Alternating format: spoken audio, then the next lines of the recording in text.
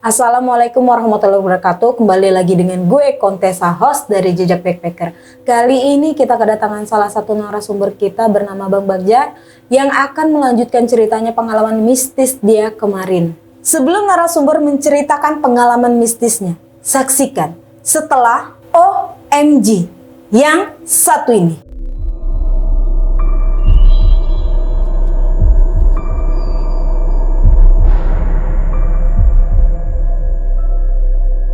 Jika kalian ingin melihat video part 1 dan part 2, link ada di atas. Dan jangan lupa juga subscribe, like, comment, and share YouTube Jejak Backpacker. Baik, Bang, kita lanjut lagi cerita yang kemarin. Bang Bagja mau melanjutkan ceritanya? Boleh disilakan. Terima kasih sebelumnya. Yep. Assalamualaikum warahmatullahi wabarakatuh. Waalaikumsalam warahmatullahi wabarakatuh.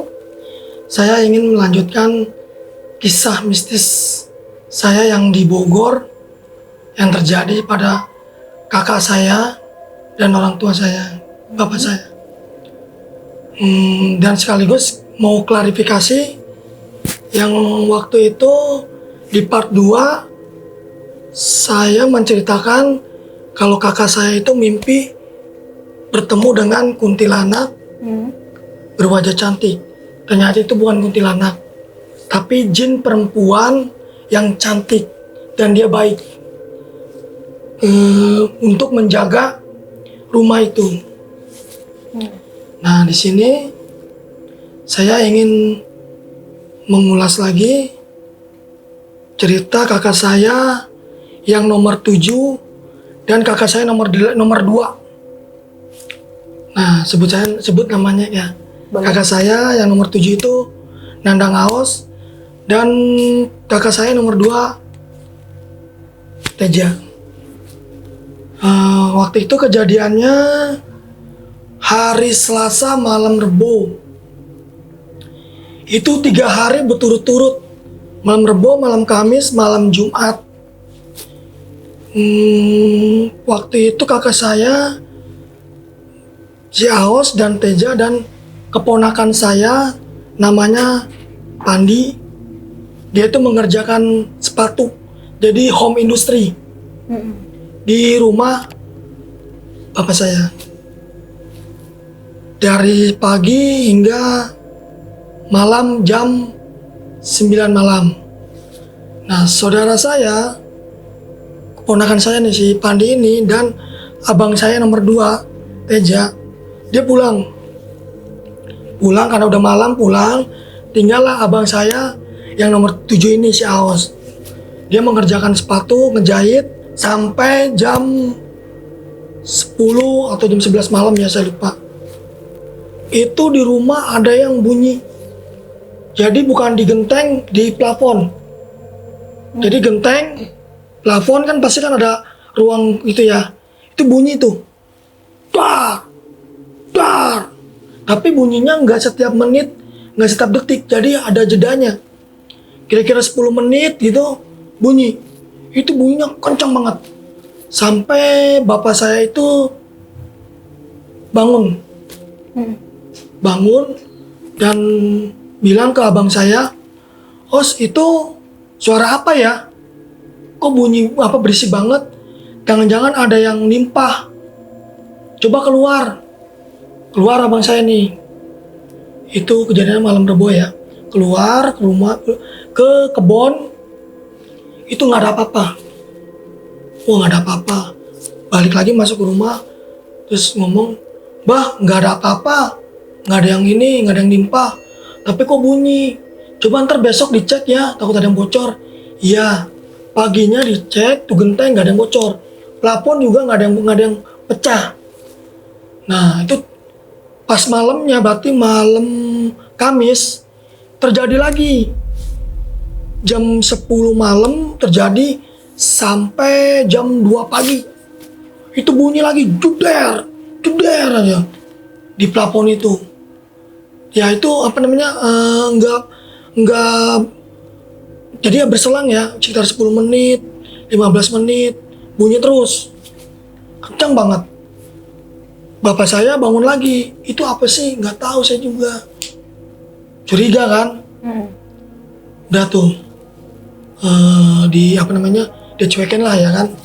Besokannya malam Jumat ngejahit lagi yang bertiga nih, abang saya nomor 2, abang saya nomor 7 sama keponakan saya ngerjain. Keponakan saya pulang, si Pandi ini pulang ke rumah, abang saya nomor 2 ini mau pulang ke rumah, dipanggil sama abang saya nih nomor 7 nih, si Aus ini, mau kemana? Mau pulang lah, udah malam. Ntar dulu. Kenapa? Setiap malam gua selalu di kamar gue ini, plafon nih selalu bunyi seperti ada yang nimpa. Tikus kali, bukan. Ya udah, gue tungguin deh. Ya udah, tungguin. Itu jam 10 belum bunyi. Sampai setengah 11 baru bunyi. Tudar. Kayak ada yang nimpa. Dak. Wah, iya itu beneran.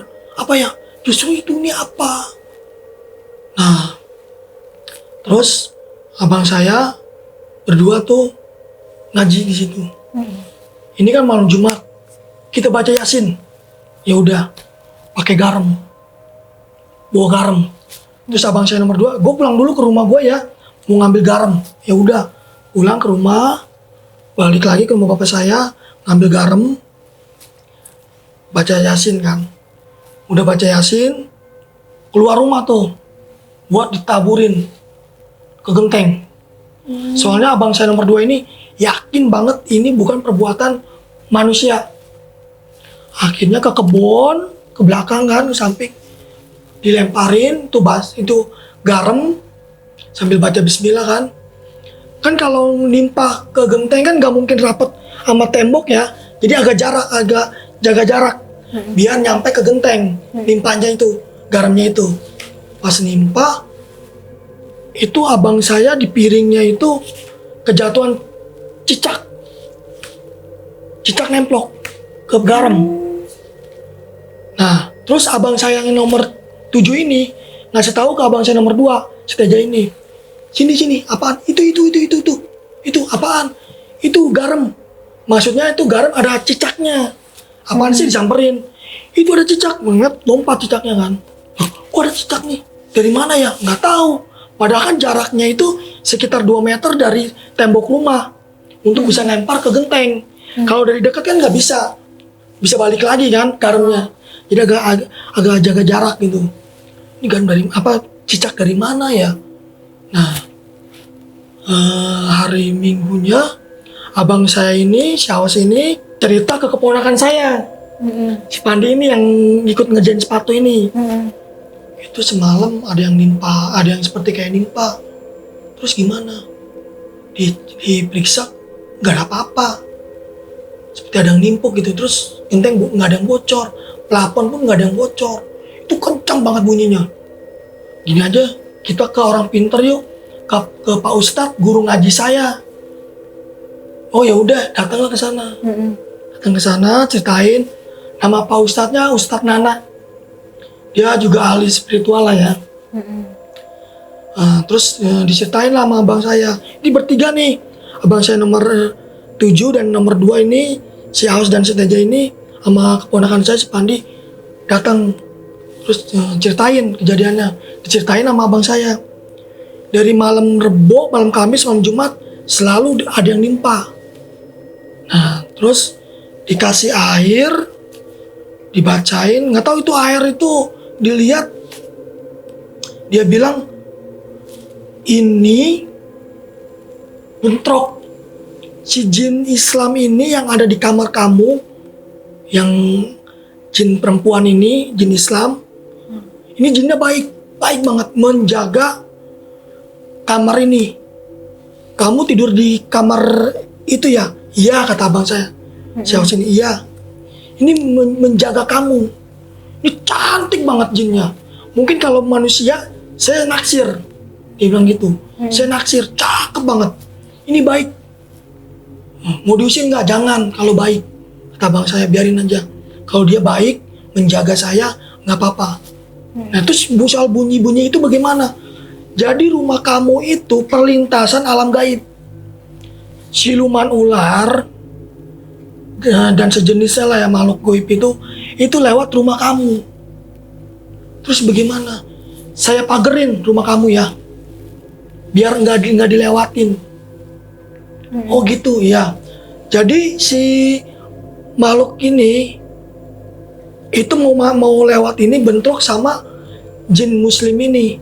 Jadi seperti ngadu ilmu lah gitu, mungkin negatif dan positif, jadi bunyi tak tak.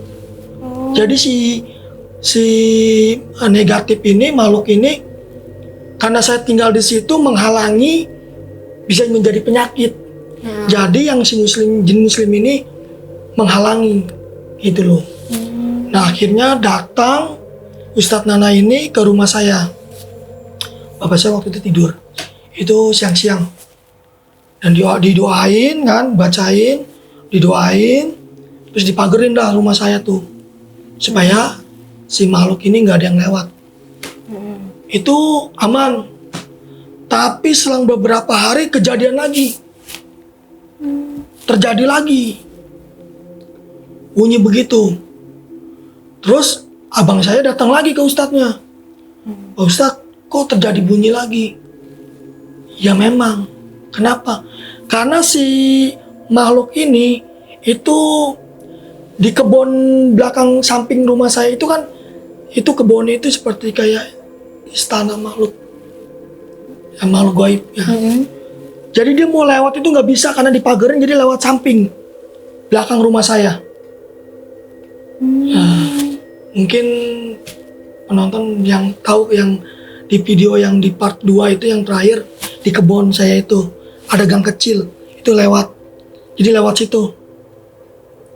Karena si makhluk ini nggak suka, karena dipagerin, jalan dia untuk lewat dipagerin, dia nggak bisa, itu marah. Marah, terus tembok rumah saya itu seperti kayak ada mukul. Tuh.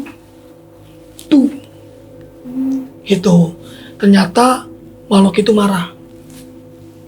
Oh gitu ya, tapi tenang aja, aman kok. Tuh. Nah udah kan, bapak saya mimpi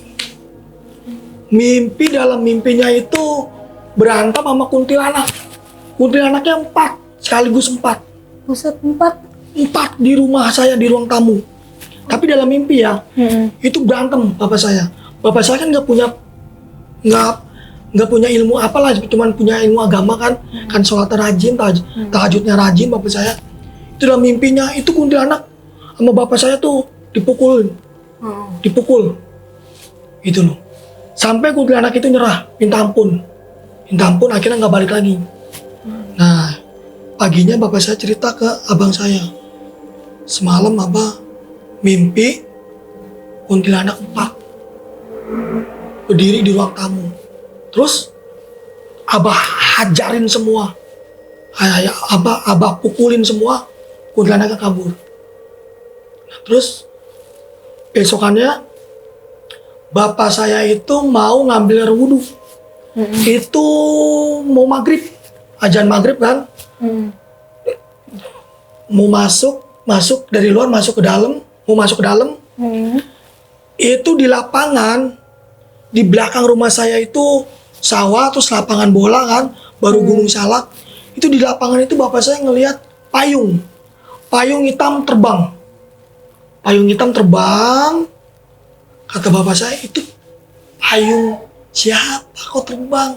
Padahal di situ waktu itu cuaca angin tuh biasa aja, tapi terbang. Tiba-tiba berubah jadi kalong wewe. Serius tuh bang? Serius, demi Allah. Bapak saya cerita ke abang saya nomor 7 ini, si Awas ini. Itu berubah jadi kalong wewe, gede banget sayapnya. Gede banget kalong wewe. Itu ke arah kebun. Bapak saya langsung sakit 2 hari. Kata abang saya, abang kenapa? Sakit apa? Abis kemarin 2 hari yang lalu abis ngeliat kalong wewe. Nah udah kan, sembuh kan bapak saya. Itu terjadi waktu itu saya pulang ke Bogor sama istri saya. Itu bapak saya sama abang saya nggak cerita ke saya tuh. Takut saya kalau diceritain begitu kan saya kan penakut kan. Begitu saya datang, Bogor, pulang kampung lah ya. Yap. Itu malam-malam saya mau buang air kecil. Itu tembok di dapur ada yang bunyi, ada yang seperti dipukul. Tuh, tuh, tuh. Kata saya, kok bunyi apa? Jangan-jangan orang nih di luar nih. Tapi orang ngapain? Di luar kan kebon, di samping. Berani amat nih orang. Itu bunyi burung.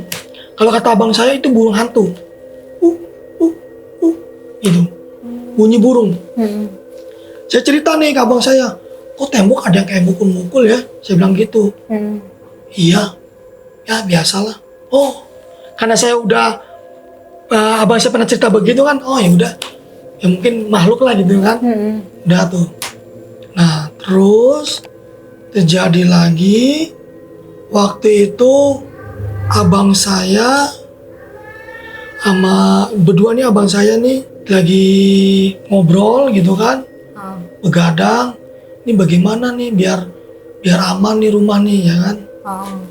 Yaudah kita panggil Ustadz lagi deh, gitu kan? Panggil Ustadz lagi.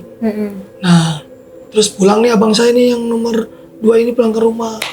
Nah, abang saya nomor 7 masuk ke rumah, nonton TV.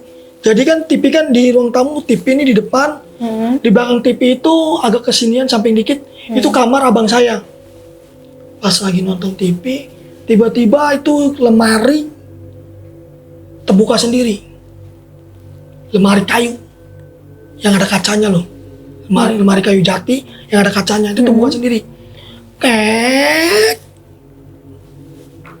Kaget kan abang saya kan. Gemeter dia. Astagfirullahaladzim.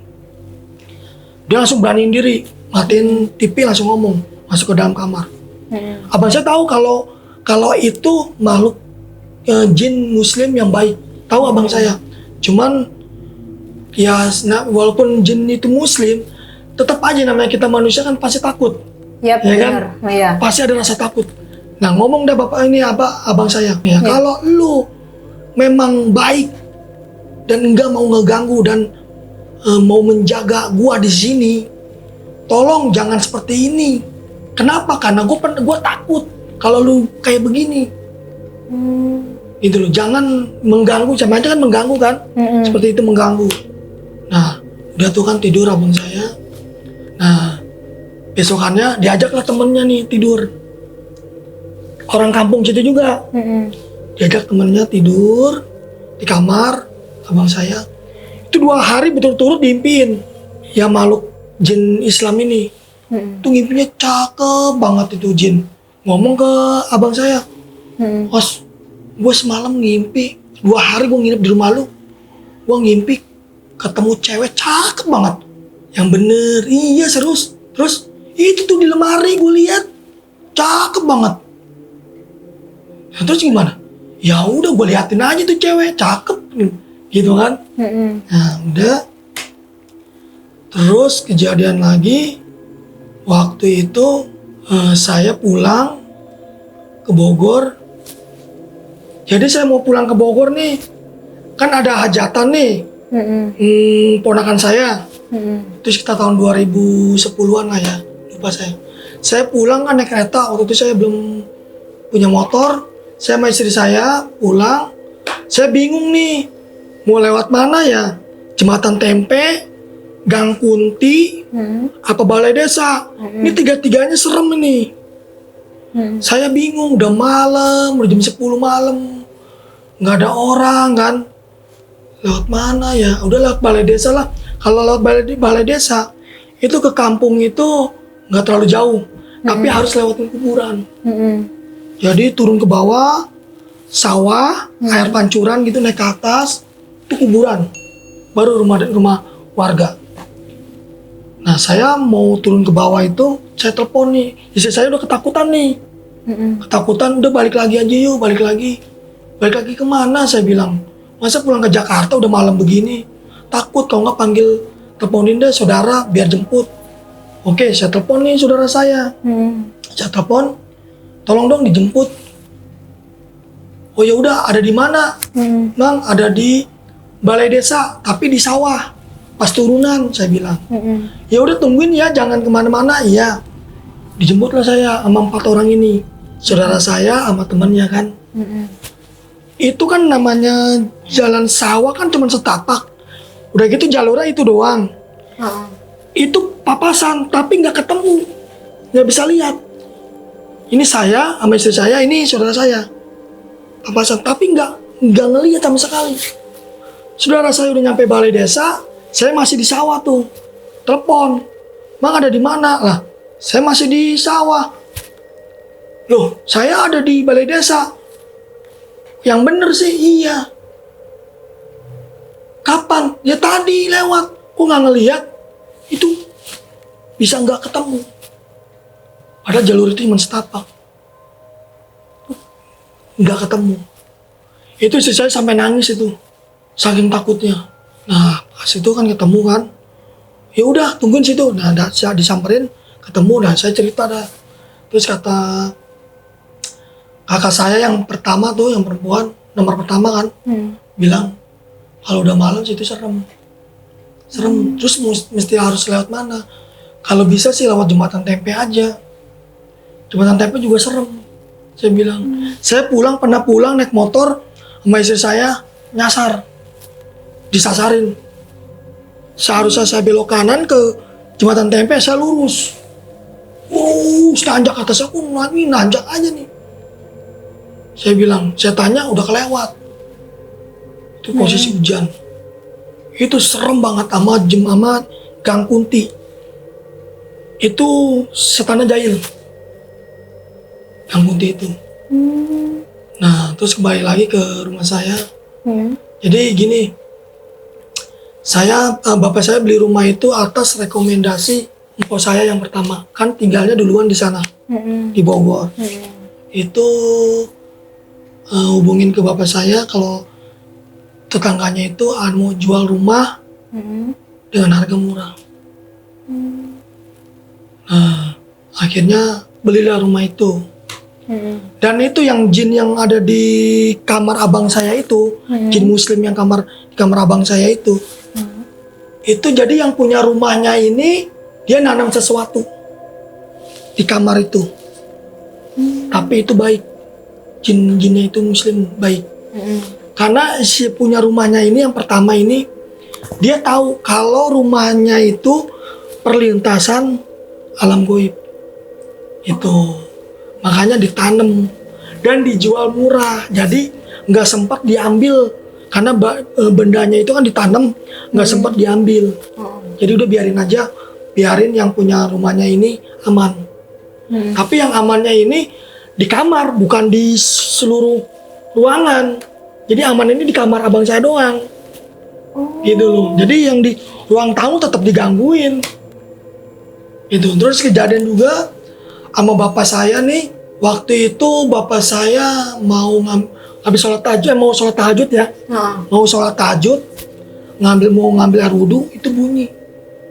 Berisik. Di belakang rumah.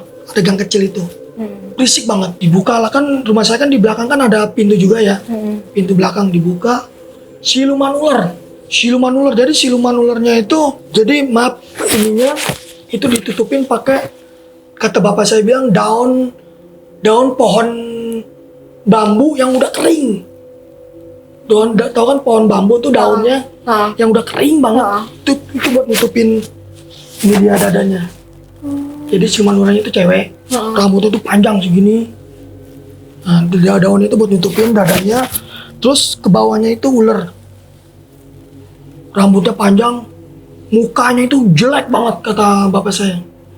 Jelek, kayak bopeng begitu mukanya. Pokoknya jelek deh. Hitam begitu. Itu marah ke bapak saya. Marah banget. Marahnya karena rumahnya dipagerin.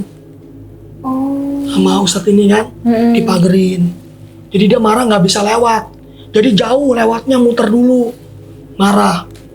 Bapak saya kaget dong. Astagfirullahaladzim. Siluman ular. Marah. Dikejar sama bapak saya. Lari ke kebun. Dikejar, lari ke kebun. Di kebun itu, waktu malam itu bapak saya bawa senter kan. Itu masuk ke tanah.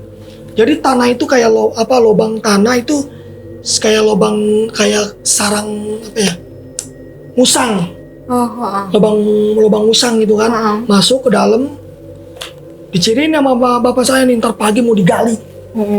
Besok paginya bawa cangkul deh bapak saya nih, sampai mau digali nih, kurang ajar, udah nantangin gitu bapak saya kan.